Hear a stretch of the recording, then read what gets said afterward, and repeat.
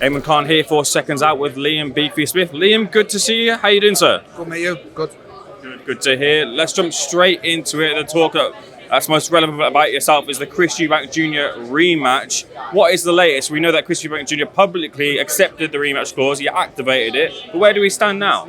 Not sure, mate. He activated it, but didn't fully accept it. He activated it, but still tried to make the Conor Ben fight. So I'm not 100% sure, but we'll get some answers in the next few days. And if we're in, we're in. If we're out, we're out. So we'll go from there. Disappointing in a sense because, look, he said his side of the story that, look, next time around he'll win the rematch, but he's maybe not taking it. Disappointing from your point of view? I'm not bothered, mate. I'm a bit irrelevant. If he takes it, he takes it. I'll beat him again. If he doesn't, I'll move on. I said this beforehand, and I'll stick by what I said. If I beat him once, I'll beat him twice. And if he takes it, then fire away. I'll welcome it. If he doesn't, then I'll move on. In terms of your options, then who's on the shortlist? We know that maybe potentially Kell Brook, Alan Canuli, Golovkin are fights that you want. Who's on the shortlist in your own words? Any of the names mentioned, any of the Brooks, whatever, mate. I'll push on for big names or world titles. Sticking domestically with Kell Brook, there would be a big fight, bigger than just a domestic fight, and he's sort of with the boxer stable. Ben Shalom has a good relationship with him. Does that seem the most likelihood of option there? Yeah, probably does, but. If the rematch doesn't happen, then it's going to get a little bit sticky with the situation. But we'll see what happens. We'll see what comes next. Fair enough. Just sticking on Chris Eubank Jr. If he takes the Conor Ben fight, how do you rate his chances in that fight against Conor Ben? Look, I don't know. It'll be interesting to see how Chris comes back after that knockout defeat. But before me and Chris, Conor and Chris was matched. I felt Chris would win. I said he'd be a bit too big. I thought Conor would have success early, but ultimately Chris will be too big for him. But it'll be interesting to see now. Chris has just been knocked out, and we'll see what demons he's got to come across. Do you feel like he has those demons? Do you feel like you've left that imprint on him going into future fights with him? 100%, yeah. He prides himself on being invincible. Never been knocked out, never been hurt. He said all this before my fight. I've never even been hurt, never mind dropped, knocked out. You've just got all them things on one night. Even your cornerman threw the towel in. So he's got a lot to overcome now. He knows he's not the best ability-wise. He knows he's always been a tough, good athlete. That's even questionable now. So he's got a lot of questions to answer. Where do you stand now promotionally? Look, your stock has risen, so you're very much known within the viewership of the boxing public. People know you, people want to see you fight there. Where do you stand promotionally in terms of your contract with Boxer? Yeah, you probably wouldn't think that with my contract with Boxer, but we'll see how it plays out. Boxer have got an option on me.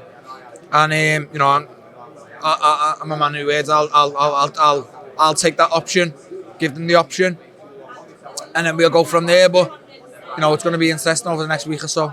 Pressure on them to deliver. Yeah, of course. Obviously, they've got to deliver, and they've got to deliver soon.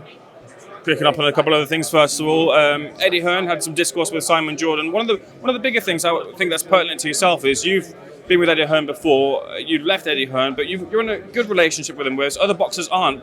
What's the difference between you and the other boxers that they have that relationship where you maybe don't have that back and forth with him? I think it's probably just black and white. The person I am, I've been straight with everybody my whole career. I didn't leave Eddie Hearn and split with Eddie Hearn. I didn't have a contract with Eddie. I was a free agent at the time. Eddie offered me a deal match. Boxer offered me a deal. And at the time, just the box deal made sense and was better for me. And I think Eddie fully realised that. So he's got no reason to badmouth me or fall out with me and vice versa. I've got a good relationship with Eddie. And obviously, we'll see what happens in the future. Into some other topics, Canelo versus Ryder. Canelo, someone you know very well. What do you rate of John Ryder's chances against Canelo Alvarez? I'm happy for John Ryder to get a shot. I feel he's deserved it now. He's put in some good performance of late, and he gets his big night.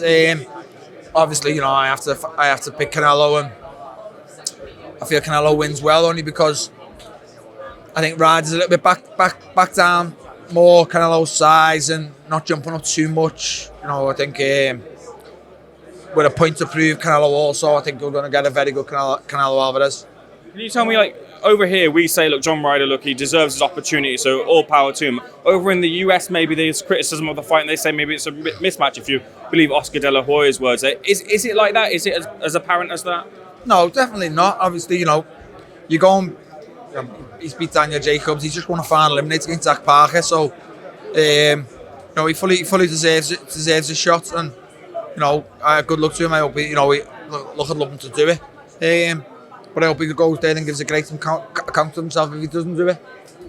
On to Callum Smith, looking to make that Beterbiev fight. Is it close? They've ordered it now, so I think they've got to negotiate, and then, you know, after negotiating, it goes to purse bids if they can't do a deal. So, you know, fingers crossed that can be done soon. I was watching the fight between Badu Jack and Olumba Makabe, and I was thinking, down the line, Callum Smith has the frame. Maybe if Badu Jack's still there, or other cruiserweights, Callum Smith could potentially go to cruiserweight and challenge for a world title. Maybe, but you know, I walked in the gym the day after Badu Jack, and he said I'd fight Badu Jack tomorrow. So, you know, never say never. But look, he'll try and become a light heavyweight world champion first, and then we'll go from there.